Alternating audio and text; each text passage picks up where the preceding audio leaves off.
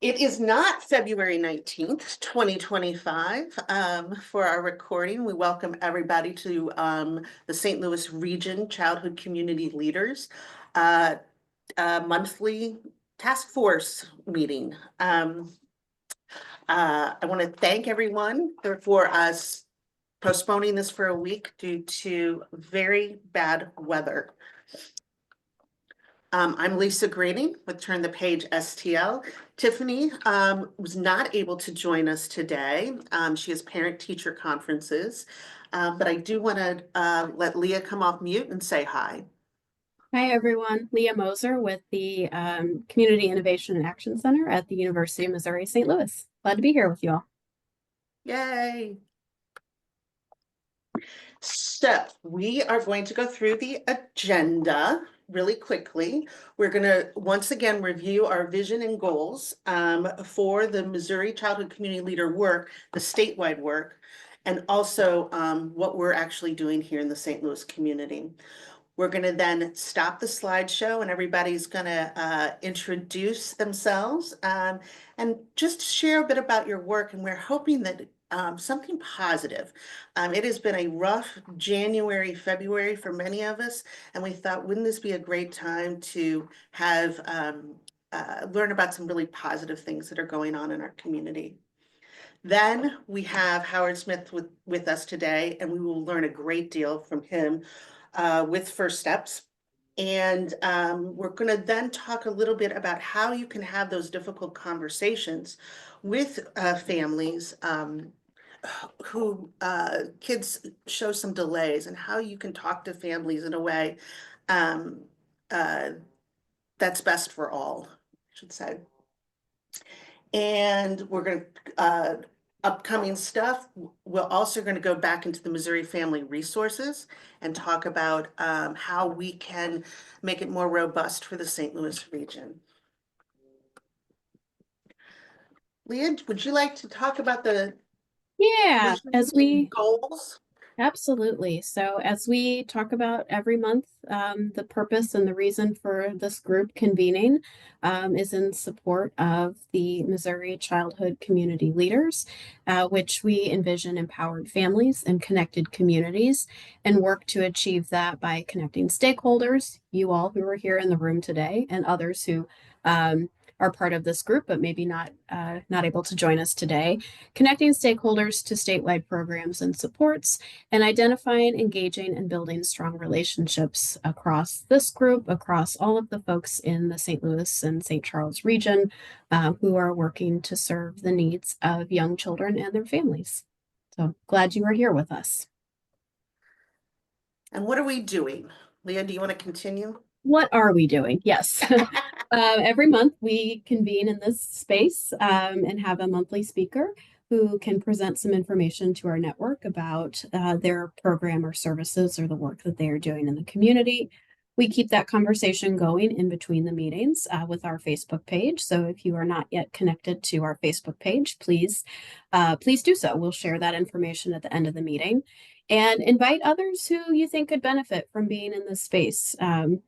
We are working to increase our membership, and we are excited that nearly every month we have new folks who are joining this call. So we are doing that, and this again is a way for us to stay connected as a region and work in closer coordination on behalf of children and families.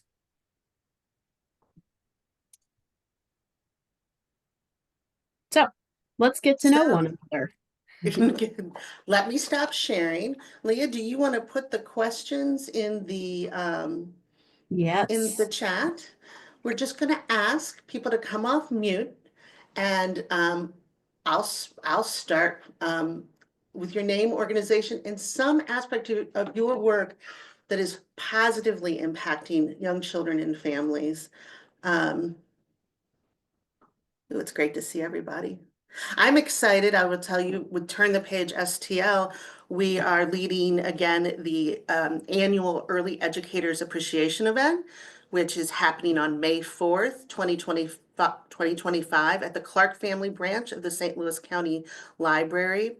The nomination process has been going for about 3 weeks. It's closing next Monday. So if you haven't nominated your favorite early childhood educator, whether it's a teacher, a director, a home visitation person, there's lots of categories. Email me and I'll make sure you get that nomination form.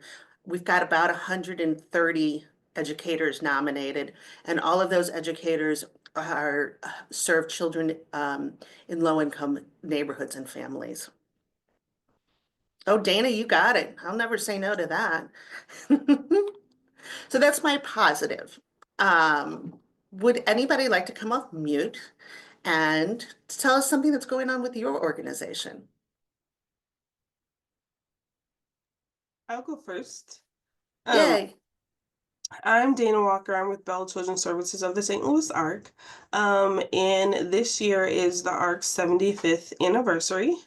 So we are planning some family-friendly activities for our kiddos. We'll be having a gala that will be open for to the community. And we'll also be having some community engagement activities for our adult programs as well. So yeah, we should have some flyers and stuff coming out pretty soon. So we'll be celebrating each month with a kind of spotlight on a different department. So April is the spotlight for Children's Services, and we're going to be doing some stuff for Week of the Young Child. So I'll get That is amazing. Wouldn't it be great to have a community leader table at your gala? That would be so fun. So make sure we all get an invitation, okay? Okay, sounds good. Anybody else? I'll just start calling on people. Go. Yay, Christy. Hi, I'm Christy Horton. I am an LCSW. I work at Mercy Kids Autism Center. My role here is really helping families whose children have diagnoses of autism or other developmental delays access the necessary services and supports that they need. Probably the most exciting thing that's happened to us recently is our team is expanding, and it's badly needed. So I would say to be affirmed that we are doing good things in the world enough that they're going to give us more funding to do those Good. things is pretty exciting. So thank you. That's wonderful, because we're always talking about funding cuts, and when it comes to autism, the science is just beginning on understanding of what is happening to our kids, and so that's a very exciting. That's wonderful news, Christy.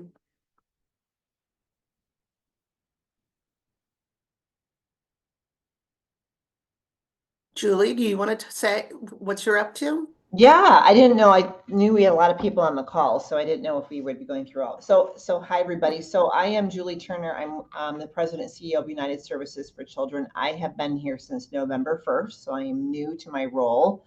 I was on faculty with Lindenwood prior to that for 17 years, where I taught nonprofit administration. So as I just put in the chat here too, we provide early intervention and pediatric outpatient therapy to primarily kiddos under the age of 3. And we had a waiting list for some of our early intervention classrooms. And so thankfully, DDRB was actually able to give us some additional funding to allow us to open another classroom. So it's been amazing to see our new families this week, like coming in and be able to benefit from that. So that's a pretty cool win for us.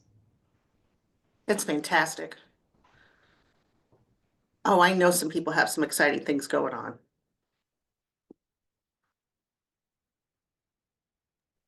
I'll jump Hi in. all.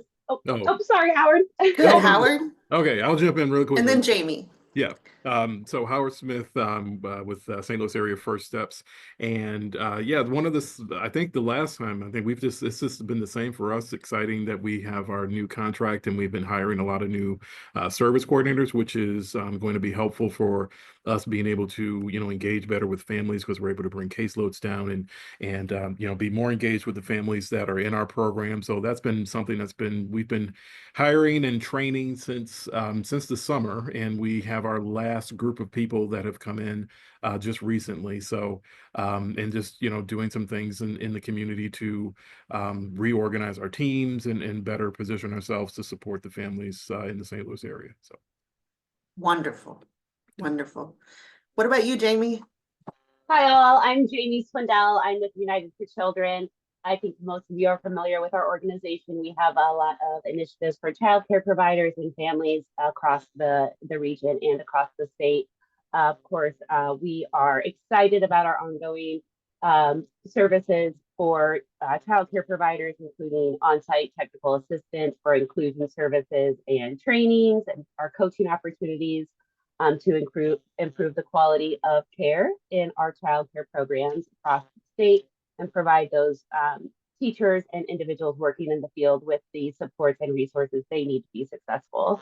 One of the things that I'm excited that we're working on is a local conference for early childhood professionals, stakeholders, and policymakers, really any friends of early childhood education. And so that will be a Friday evening event. We're working on planning a film screening for that event, just trying to decide which film we'll screen. And then we'll have a Saturday full of workshops and professional development opportunities for providers. So I will make sure to roll that information out as we finalize all of the registration information. Did you say the date, Jamie? I did not When say is- the date out loud because I need to go back and double check on my calendar. Okay. Very exciting. If you see- Later this late spring, early summer. Oh, soon. That's wonderful. Yeah, relatively soon. Well, we'll make sure that everybody gets an invitation. Yeah. And knows how to register. Yes, That's great. we're finalizing the details on all the registration aspects. So That's great. Anybody else? Hello, everyone. My name is Mallory Smith. I am new here. I am the early childhood education teacher at North Technical High School. I teach early childhood education to high school juniors and seniors, and I'm also the director of our child care center here on campus. This Saturday, March 1st, we are having a Pathways in Career Apprenticeship workshop at South Technical High School, where industry professionals come in and they are highlighted for students to see maybe job opportunities they can have post-graduation. Wow. But you want them all to go into early childhood, don't we? Absolutely. That's great. Paula. It's good to see you, Paula. I haven't seen you in a while. Hey We y'all. work too hard. Hey everyone. I don't know if I have news. I feel like I have lots of things, but I do want to put it on everyone's radar if you haven't received the email. Child Advocacy Day at the Capitol is going to be on April 2nd. Kids Win sent out an email with that in there. There's usually like a regional competition where it's like Kansas City, St. Louis, and like everyone else. So I'd love to see you all in the St. Louis group. I'll send that out to everyone too. St. Louis always wins that competition though. Don't you think, Paula? I don't know. Kansas City gave us a run for our money last year. All right, well, that's gonna happen this year. But the weather was great last year. There was no excuse. We got to do better. We do All better. right. All right. Thank you, Paula, for all you do for the St. Louis community. Well, do we want to, oh, Larry. Moi, I'm Larry Felton. My background is the school board, but I'm working on an early childhood effort right now to work in the county. My my spare time, I kind of go through all the bills and do some advocacy. But I think the real positive thing is most school boards in the state are getting involved in this. They're more interested in their early childhood programs too. Yes. As they should. With that, before we introduce our speaker, if you have not read this hot off the press book, it's called Love to Learn, and it really talks about those first 5 years and how that sets up the success for children for the rest of their lives. And it's really about building relationships with your family, with your caregiver. It's called Love to Learn, The Transformative Power of Care and Connection in Early Education by Isabel Hobbs. So highly, highly recommend it.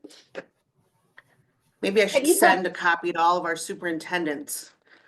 Can you put the Remind title in them the how chat? important pre-K is. What? Could you put the title in the chat? I didn't get into my Amazon cart Absolutely. yet. Absolutely. I will put the title in the chat. With that, I want to introduce Howard Smith, our speaker today. He's going to be sharing his slides. He's the St. Louis area First Steps. And as he's sharing this, I think so many of us, Paula was saying how wonderful First Steps was. My son, who's a senior at Amherst College, had Missouri First Steps was provided services. And it all really strongly goes back to the beginning of life and how important and formative it is.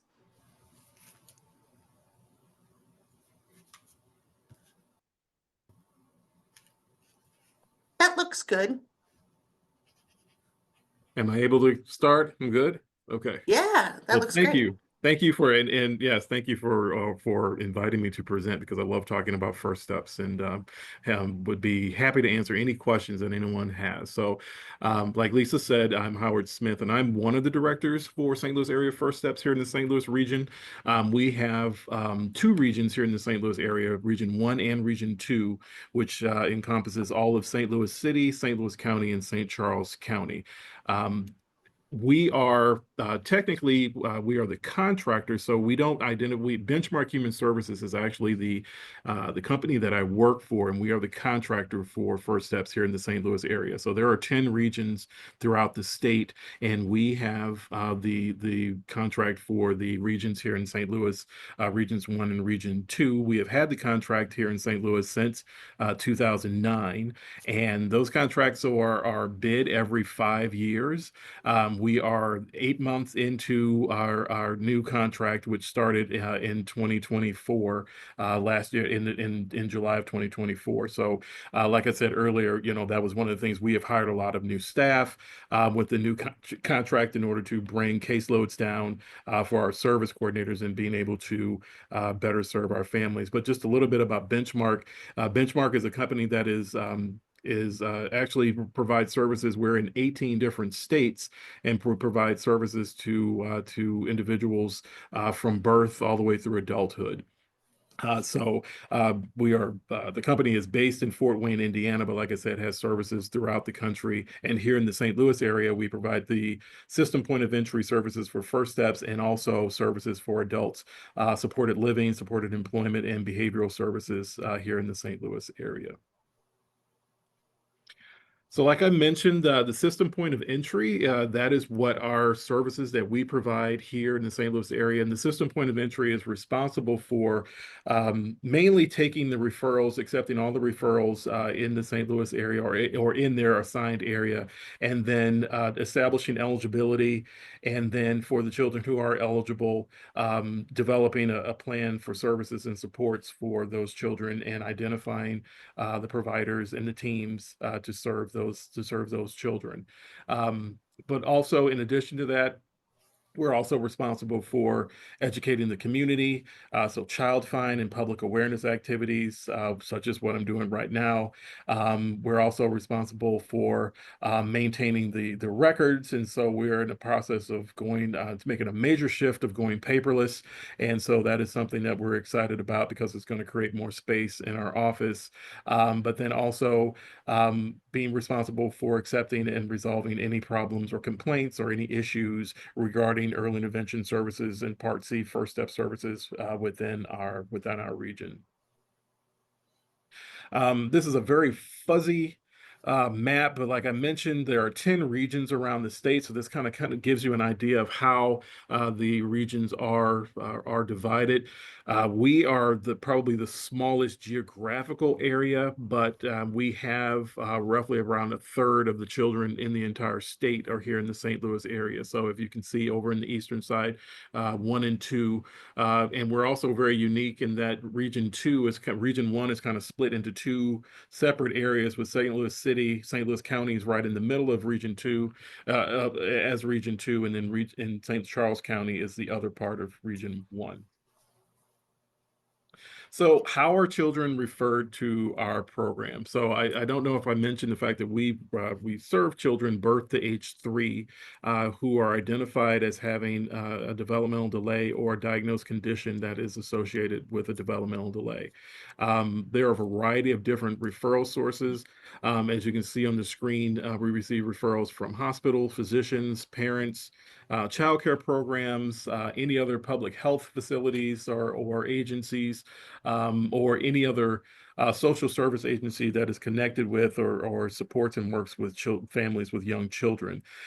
Probably the most frequent referral sources that we have are going to be our parents. Parents probably make up around about 56% of those referrals come directly from parents. But sometimes those parents they're already connected to other resources, so they may have heard about us or gotten our information from their parent educator or from their physician, from the pediatrician, or from some other community program. But the families themselves are the ones that probably make up the majority of the referrals that we receive. Trying to look at the slide. So eligibility. So like I mentioned, there are 2 main ways that children are eligible for the First Steps program. One of the areas that children can be eligible is if they're born and identified at birth with a newborn condition, that they automatically meet our eligibility criteria if they're born with a weight less than or 1,500 grams or less, and they meet any of the other criteria here on the screen. So having an APGAR score of a 6 or less at 5 minutes, or they have a grade 2, 3, or 4 intraventricular hemorrhage. They have had any sort of ventilator or been required on external oxygen and breathing for more than 48 hours, or they've had a resuscitation code event requiring chest compression. So those children are automatically eligible for our program upon referral. This list here is also another list of children who are automatically eligible. So children who have been diagnosed on the spectrum with autism spectrum disorder, who have other genetic conditions or chromosomal diagnoses. We also serve children who have been identified with a visual or hearing impairment. I won't go through all of them, but as you can see on the screen, there's a wide list of auto-eligible criteria and diagnoses that we accept. Those children are automatically in our program upon referral once we've been able to verify the condition. So the other main category, and probably the majority of children that are referred to our program are referred to us because there is a developmental concern. And so children are eligible for First Steps if they are identified with a developmental delay that is either half age or 50% delay.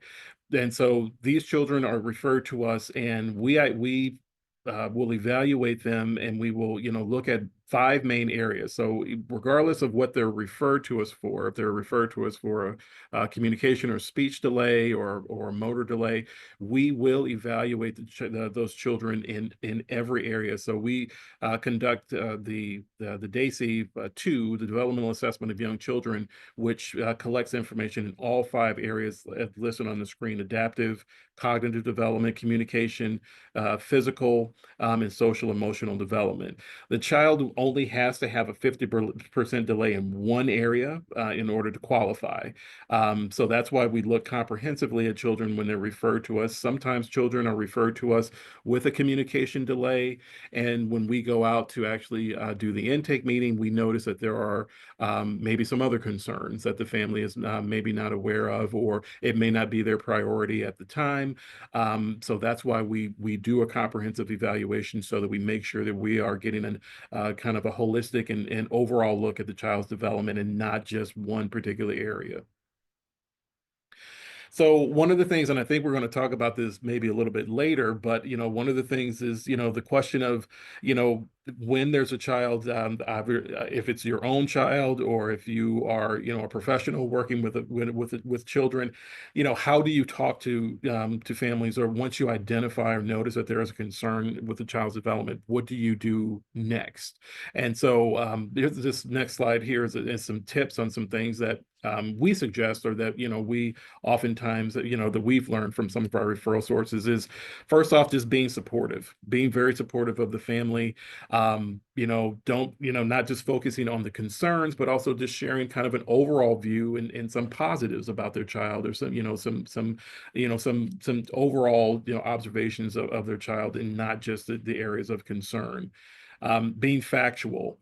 So letting the parents know exactly what you see, exactly what you may be wanting to bring to their attention, or exactly what has been observed. Being prepared, so using a developmental checklist to support what you've observed, or support what you are bringing to their attention, to help the families and parents understand what you're seeing and why you may be concerned, and why you're bringing this to their attention. It's also important not to necessarily compare to other children. If there's a classroom or a group setting, not to necessarily compare them to other children in that setting, but just kind of in general talking about what we expect for child development and how it's impacting that particular child. And then listening, allowing the parents to express themselves, and asking questions, and sharing their own observations. So there might be things that they've seen with their child, or they may have some questions about what you are bringing to their attention. And then sharing resources, being able to give the family the next step of, okay, from here, contacting First Steps, or making a referral to another home visiting type program, or giving them some resources and things that they can use to follow up on. And oftentimes that means having them talk with their physician, or talk with their pediatrician about some of their concerns as well. These are some links, and we can copy these and put them into the chat. I won't click on them now, but these are some helpful links on some just different trainings, or some different suggestions and tip sheets to help guide those conversations, or guide people who may have questions about how to approach families, or just for training purposes. If you have staff, or you have other people that you're working with, to help with how do we approach those difficult conversations, or how do we, the sensitivity involved with talking with families about their child's, development.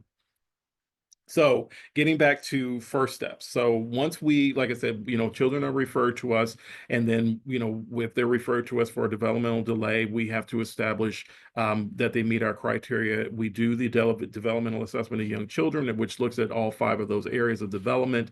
And then once we have determined that they are eligible, then we move into the process of helping to identify the family's concerns, and write in a plan. So what we focus on, our program program is a coaching model. We are a family-centered model where, you know, we do involve therapists and we have professionals that are working, you know, with the children and families, but we try to focus on what are the family's individual concerns and priorities. So we do a lot of assessing. We have a family assessment process that we go through, where we look at the family's routines. We look at where do they go as a family, what do they do, what are their values, what is important to that particular family, and then try to figure out where are the areas within their day, where are the areas within their life and their routine where their child's development is, that we can help support their child through their day.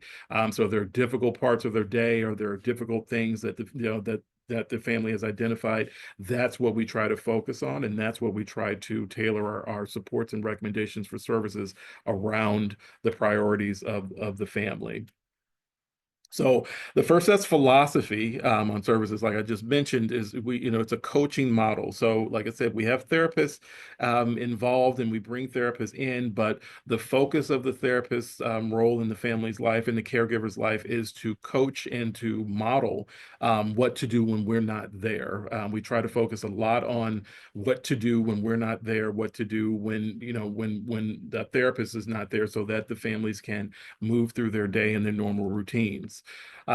So I think I mentioned earlier that, we organize our providers into earlier intervention teams. And so each team is made up of a service coordinator, a variety of at least one physical therapist, one speech therapist, one occupational therapist, and then special instructors. We focus on the primary provider model. So the primary provider is going to be the provider or the therapist that the family sees, either the only provider that they see or the provider that they see most often. And that person is going to be, like I said, the provider that they see most often. They're going to receive support from the early intervention team. So if it's a physical therapist that's working with the family and there are communication concerns or sensory concerns, that primary provider can consult with the other members of the team to get suggestions or get strategies, or if need be, we can bring in another provider into the home of another discipline to support that primary provider. And our providers are, like I said, coaching the adults using strategies that are directly related to that child's routines and outcomes. So the things that we've identified that the family has chosen and identified as priorities, that is where we are focusing. That's what we are coaching the families through, those particular parts of their day, and helping them with strategies that they can employ with their children to help positively impact their development. Those early intervention teams meet monthly. So there is a regular scheduled staffing where they bring, concerns or questions from their individual families that they're working with, and they can consult with those other professionals to get ideas that they then bring back into the home when they are coaching families and working with families. So there's a whole support structure there. The family never meets the early intervention team. The family only meets the team of providers that are in their home, but that early intervention team is kind of behind the scenes, helping to support the other providers and the other professionals that are going into the home. This is a list of example of just other First Step services that we provide. Service coordination is a service that every family receives. I mentioned the speech, physical, and occupational therapy, and the special instruction, which can be broken down into services specifically for children with hearing impairments or visual impairments, or behavior services. We used to say ABA in First Steps. We don't call it ABA anymore, but there are behavioral services that we do provide, dietitian services, social work services, counseling, and then if a child is in need of any particular assistive technology or adaptive equipment, then we can consider and provide those services as well. Another facet of what we do. Like I mentioned, our services are for children between the ages of birth to 3. So that is a very short period of time. The majority of children come into our program somewhere between around 1.5 to 2. So that gives us only 1 to 1.5 years with most children that are going to be in our program. So we also look at the child as they're approaching the age of 3 to kind of talk about, if we, think that this is going to be a child that's going to continue to need some services and supports beyond our program. And so we have a whole process of discussing and planning for transition. There are a lot of transitions that happen throughout, a child's life, but in our First Steps program, we have a very focused activities that we do to prepare the child and family for exiting our program. And most oftentimes that involves making a referral to their local school district for early childhood special education services. So we start that process somewhere between 2.5 to 2 years, 9 months, where we will, gain the family's permission to invite the local early childhood rep to the family's home for an IFSP meeting to talk about our services and then presenting those services, to the school district. And then they talk about then what do they need to determine the child eligible for early childhood services. So it's basically a referral, but the school district is there to also talk about just what their services are, helping the family understand what early childhood services are, and talking about the differences between First Steps program, which is natural environment based. We go into the home, we go into the community, versus the early childhood services, which now are moving into the classroom and getting the child ready for learning in that environment. So that is a very structured process that we go through, that we help families through that time. I mentioned here too that there's a special caveat for children who have what we call summer third birthdays. Any child who has a birthday between April 1 and August 15th, those children and families have the option, if they refer to the school district, to stay with First Steps through that time period until services start in the fall, or usually somewhere around August or September.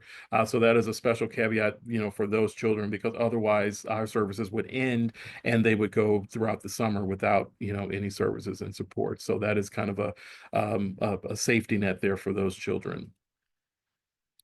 I kind of went through, I know we had a compressed amount of time, so I just wanted to make sure.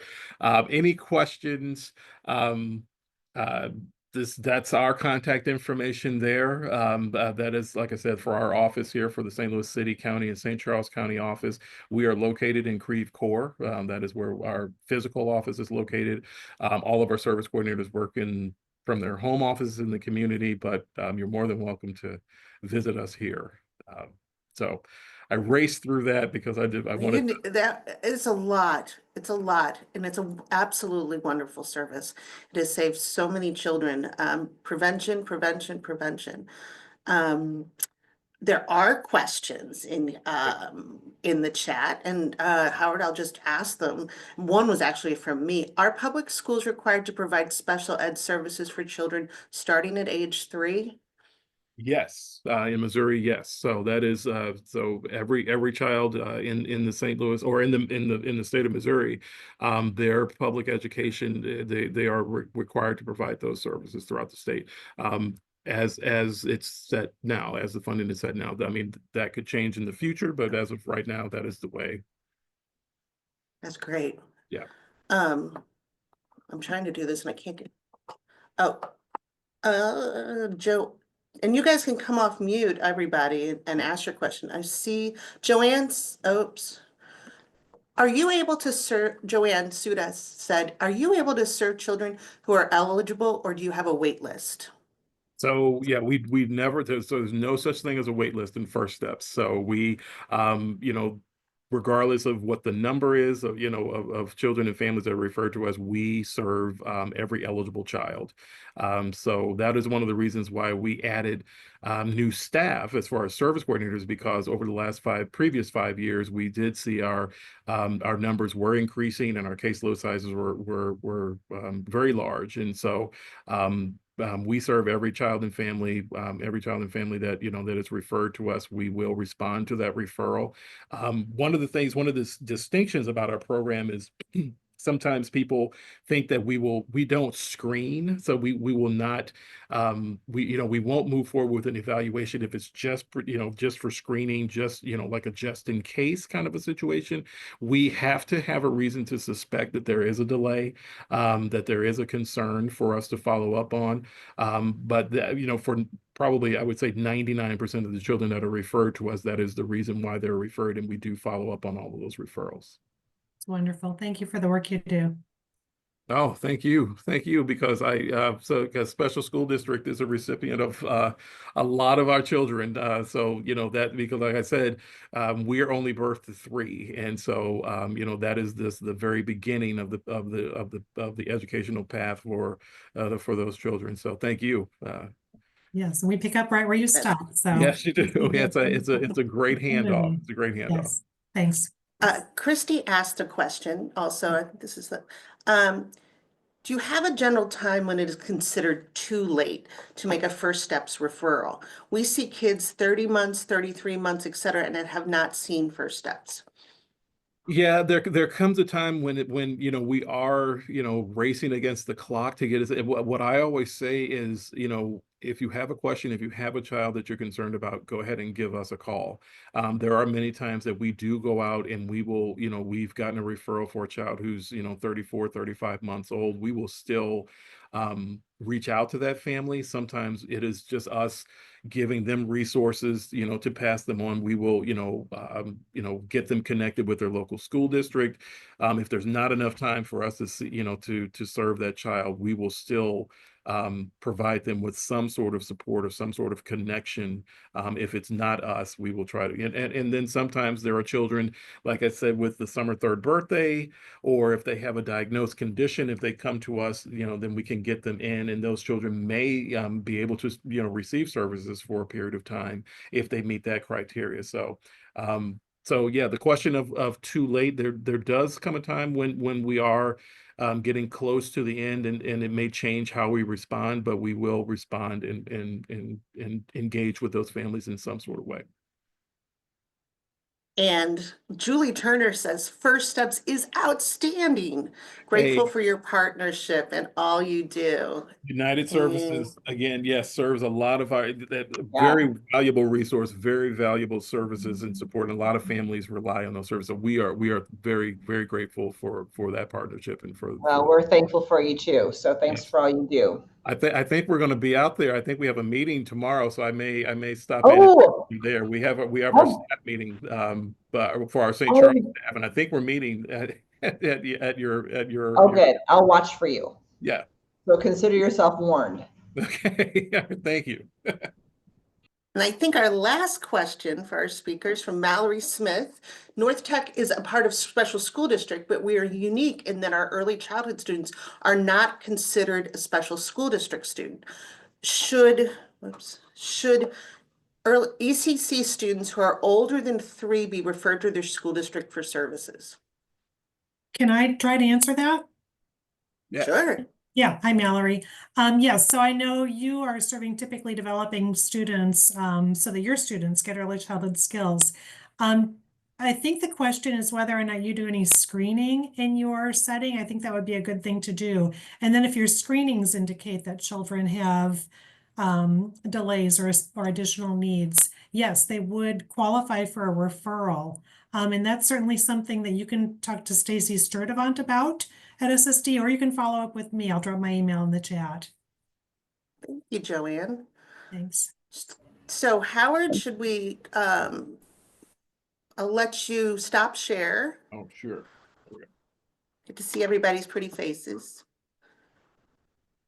And I will go ahead Christy and Roberts is in the house. Some of those links. I will copy some of those links that were in the presentation. I'll put them in the chat if people want to save those. That's wonderful. And everybody knows that after this meeting, everyone will get a recording, the slide deck, Howard's slide deck, and on many, many links. I also wanted to, you were talking about screenings. I hope everybody here is on the Office of Childhood Stakeholder monthly meetings. A lot of great information we received just yesterday about free developmental screenings. I'll send that all out to you guys with the notes from this. So if you are not, just maybe a purvey, you can put in how people can join the Office of Childhood Stakeholder meetings. So I did want, let's see here.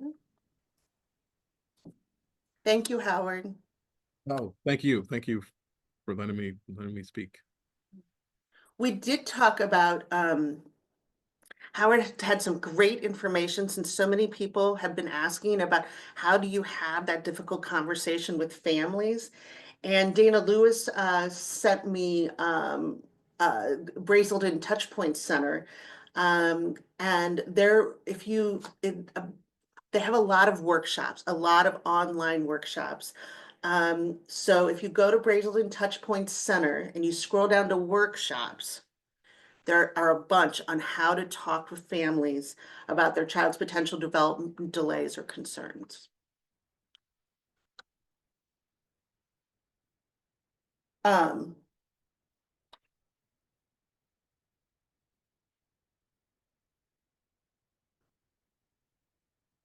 Oh, Julie. Sorry, forgot about this. No, it's okay. Assuming there's more than not just one Julie. Oh, Julie Turner, sorry. Dr. Julie Turner. Yeah, no, just Julie's good. So I put this together if we had met last week. I wanted to mention to you, and I think I also sort of like grabbed all the email addresses off all of you all who were on this. Oh, good. Invites.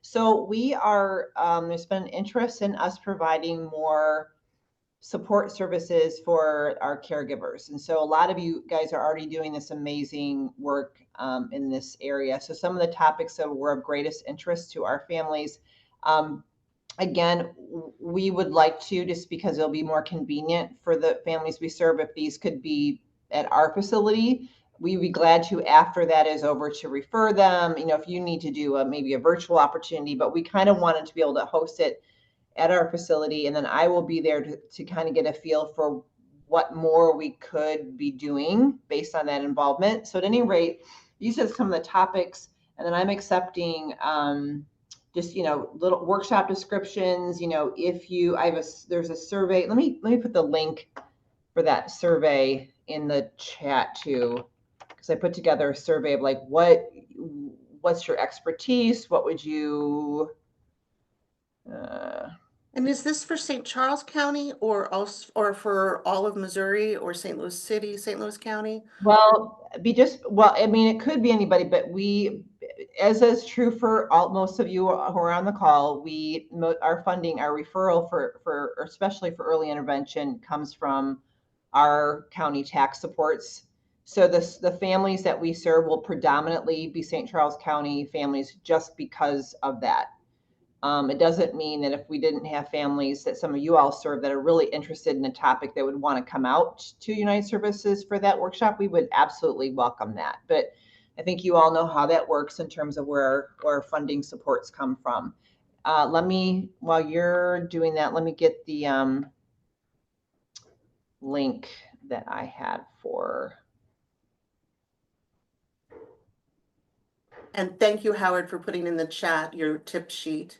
Thank you, Apurva, for putting in how you can sign up for the Office of Childhood emails and then join the mailing list. And so you can participate in those 45, I think yesterday was just 30-minute chock full of information from the Office of Childhood.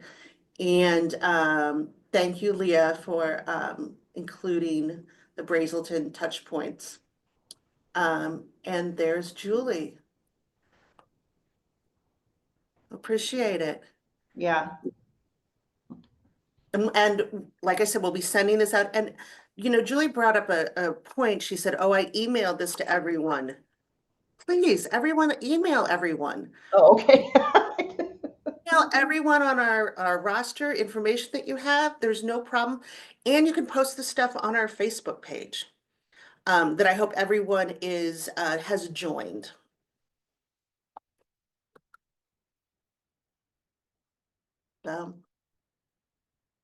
Okay. We have talked about, Leah, do you want to talk about this? Or would you? Sure. Yeah, and I actually have the link right here. Missouri Family Resources website. If you have not explored this website, please do. Search for your program, for your services, and see what you find. You may find some information that is missing or needs updating, and you can update that on your own. There are some tools in the navigation, so you can, and Apurva, maybe you can help me out with the accurate language here, or Stacy or Lisa, but it's you can update your listing or claim that you are the manager or providing some oversight over a program. And Missouri Family Resources is a great way, if you're not yet familiar with it, it's a great way to look for programs, support, and services for the families that you may be reaching through your organization. There's a lot of information in here. We sometimes get asked the question, how is this different than 211? This is really oriented towards families that have young children. So if you have a family who is looking for food pantries, if they are looking for rental assistance, if they are looking for any variety of support and services, you can do some searching in that database. Oh, thanks, Lisa, for pulling this up. I know, I think it's a lot of new people. Yeah. So the link, yeah, thanks, Apurva, for that link as well. You can do what Lisa is doing on the screen here. So you can search for some support or services. You can put in your zip code. I just learned from Stacy this week that you can also kind of hone in a little bit closer. So if you have a family who might be looking for resources or services within walking distance of their home zip code, you can do a search for that, right? So maybe this is less of an issue in our region, but in some other more rural counties, sometimes those resources are located way on the other side of the county. It might be really challenging for families to get to. So, yep, if you're looking for housing assistance, really anything. I'm curious, folks on the call, who has used Missouri Family Resources? Christy, I saw a hand up. How has that experience been for you? What has worked well about it? What might be valuable to help others use this service more? For those of you that have used it.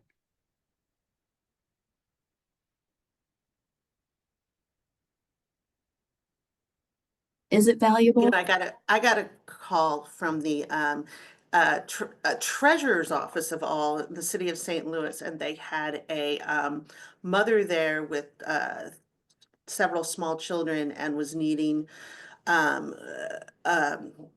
paying her rental assistance, and we were able to find rental assistance support on Missouri Family Resources. That's great. Do others have success stories or instances where you've used Missouri Family Resources to support a family?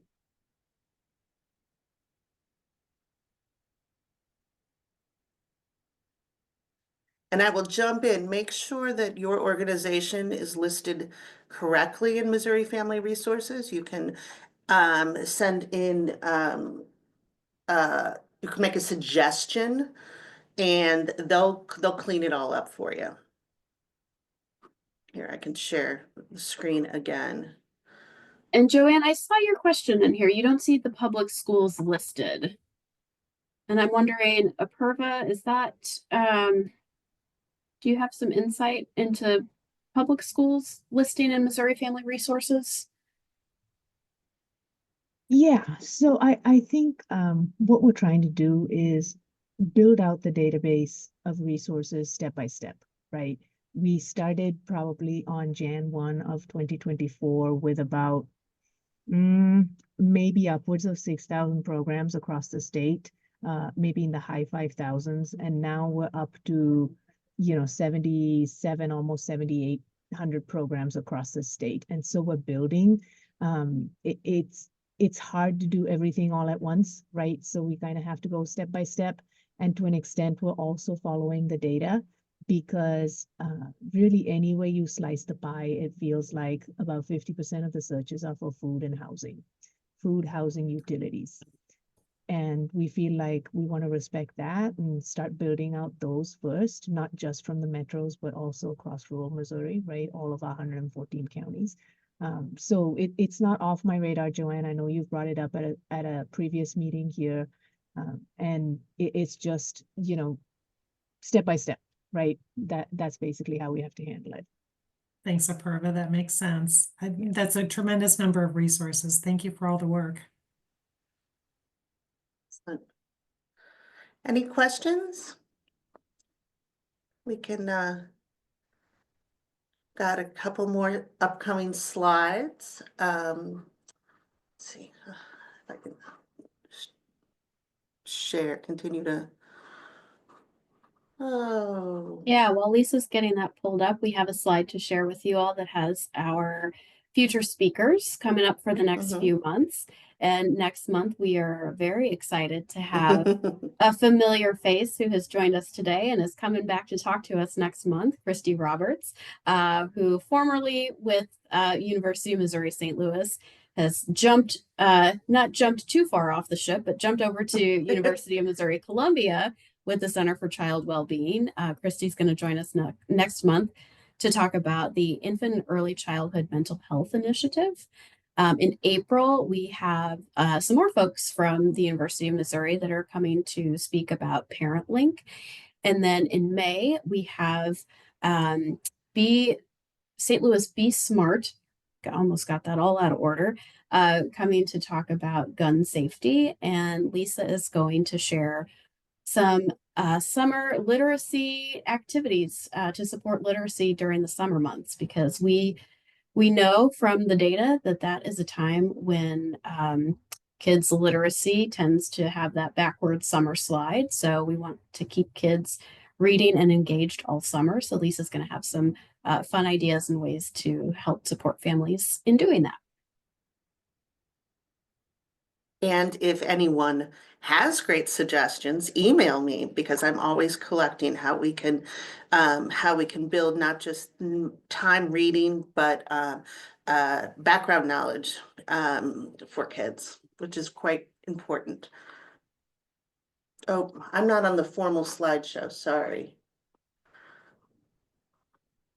Okay. Oh.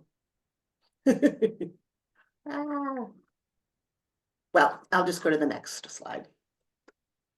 The next is, do you all have questions for us?